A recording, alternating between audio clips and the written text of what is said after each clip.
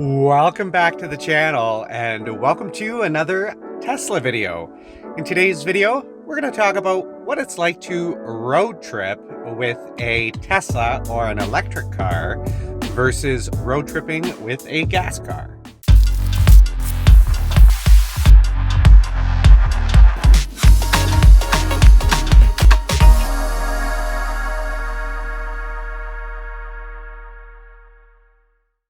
So in today's video, we're going to talk about what it's like to road trip in a Tesla Model 3 Standard Range Plus. If you're new to the channel and you haven't subscribed yet, make sure you head down below and smash that subscribe button. So, is road tripping in a Tesla Model 3 any different than a road trip in a gasoline car? Well, the short answer to that is yes, it is. Now, road trips can take different forms. You could be going to see family or friends that are an hour, 150 kilometers away, or you could just be going away to a nearby town for the weekend to relax and unwind. Or maybe even your road trip might be all the way into another province so you can get some better mountains to ski and snowboard.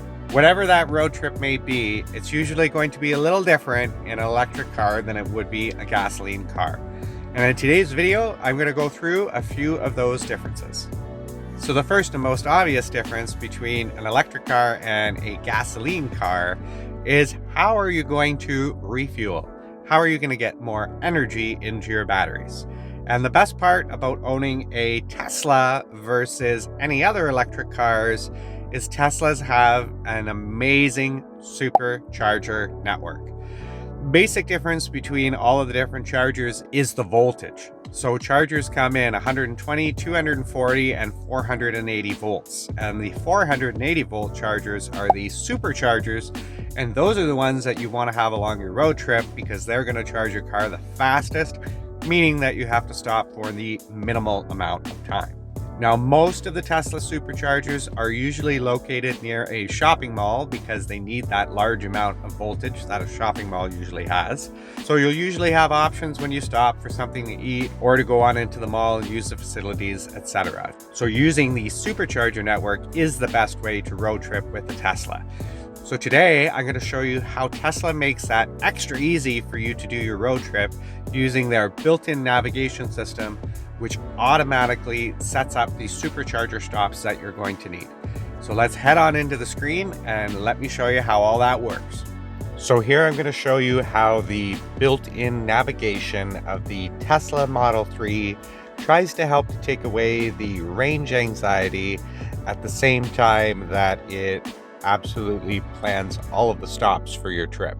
Again, if you had a gas car, you could make that stop whenever you wanted. But having an electric car, you definitely have to make the stops at the destinations that it chooses for you. So I programmed a couple of them in here. One of them is about 150 kilometers away, and the other one's a whole province away. So we will see how the system reacts to both of these different places and what it asks us to do in the form of stops, etc. So let's go with the first one. This is a short trip away, about a 2-hour drive. So you could be visiting family or friends or just heading away for the weekend. So we'll click that in here. And as you can see, it says finding the superchargers for your trip. So it's automatically said that we have to stop at 2 superchargers. And the nice thing about this trip here is there is a charger at our destination. So if we look here, we have a charger very close to where we want to go.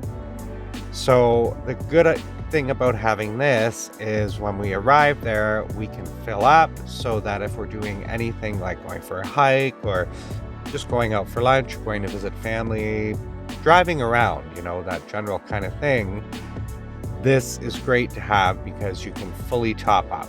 Again, something with a gas car you might not have to consider, but with an electric car, if you want to move around while you're at your destination, then that's definitely a great option to have at your destination for sure.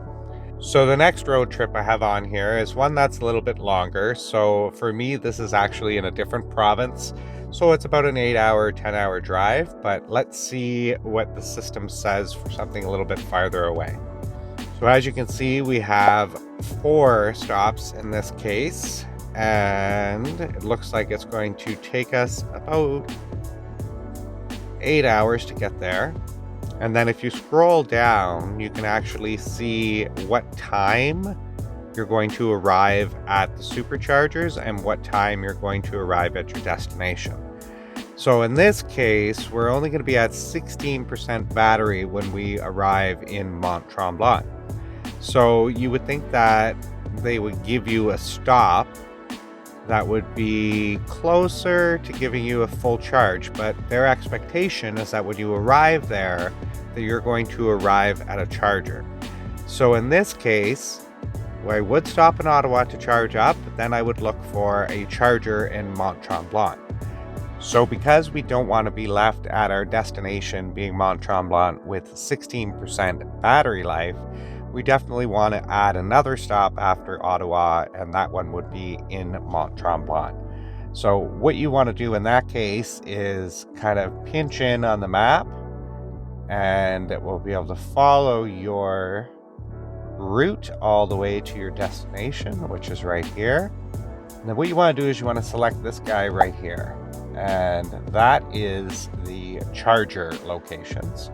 So you can see there is a charger at the destination, so we can click on that. And that is the Mont Tremblant supercharger, so we click on add. And now we've added that to our destination. So you can see there that it's actually changed our route a little bit. It said, okay, well, you could stop in Nepean, Ontario now if you're going to stop at the supercharger when you get there. So show you at the bottom what that looks like now. You can see it actually did change the charger stop because we were arriving at a supercharger, and we can make the decision now while we're at this supercharger to fill up full, so when we do the return trip our battery is full of energy. So as you can see, that's one of the main benefits of owning a Tesla Model 3 is that you have access to their supercharger network. So the maps and other electric vehicles will be able to route you through charging stops as well. The big difference is that the Tesla network is usually always 480 volt superchargers, whereas the other networks may not have as many of the 480 volt superchargers, so you may be stuck waiting a little bit longer with another electric vehicle versus a Tesla. So that is the big benefit to having a Tesla, is that you have access to their supercharger network.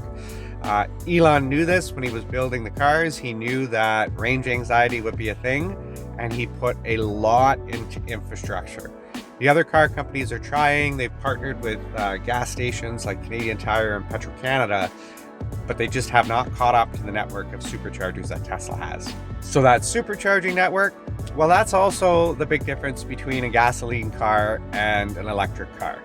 You're definitely set out on the stops that you have to make. You can't just pull off the road to a gas station and find a nearby fast food restaurant. You usually want to follow the navigation and the map to make sure that you're hitting the 480 volt chargers so that you can charge as quickly as possible. So that's really the biggest difference, is that the car is going to tell you when you have to stop versus you making the decision when you want to pull off the road. So if you're okay with that, then really there's not much difference between having a gasoline car and an electric car when you're road tripping. You're going to have those stops anyway, because who wants to drive for 3 hours without getting out to stretch? So all in all, on a long road trip, let's say to another province that's 800 kilometers or so, it's probably going to take you about an hour longer than a gasoline car. But for a road trip to a nearby town, usually about the exact same amount of time as a gasoline car would take you, maybe with the stop when you get to the town to fill up so that you can drive around. And at that point, you're going to want to stretch your legs anyway. So if you like this video, make sure you head down below and hit that like button. If you want to see more videos like this one, smash that subscribe button. And until next time, take it easy out there.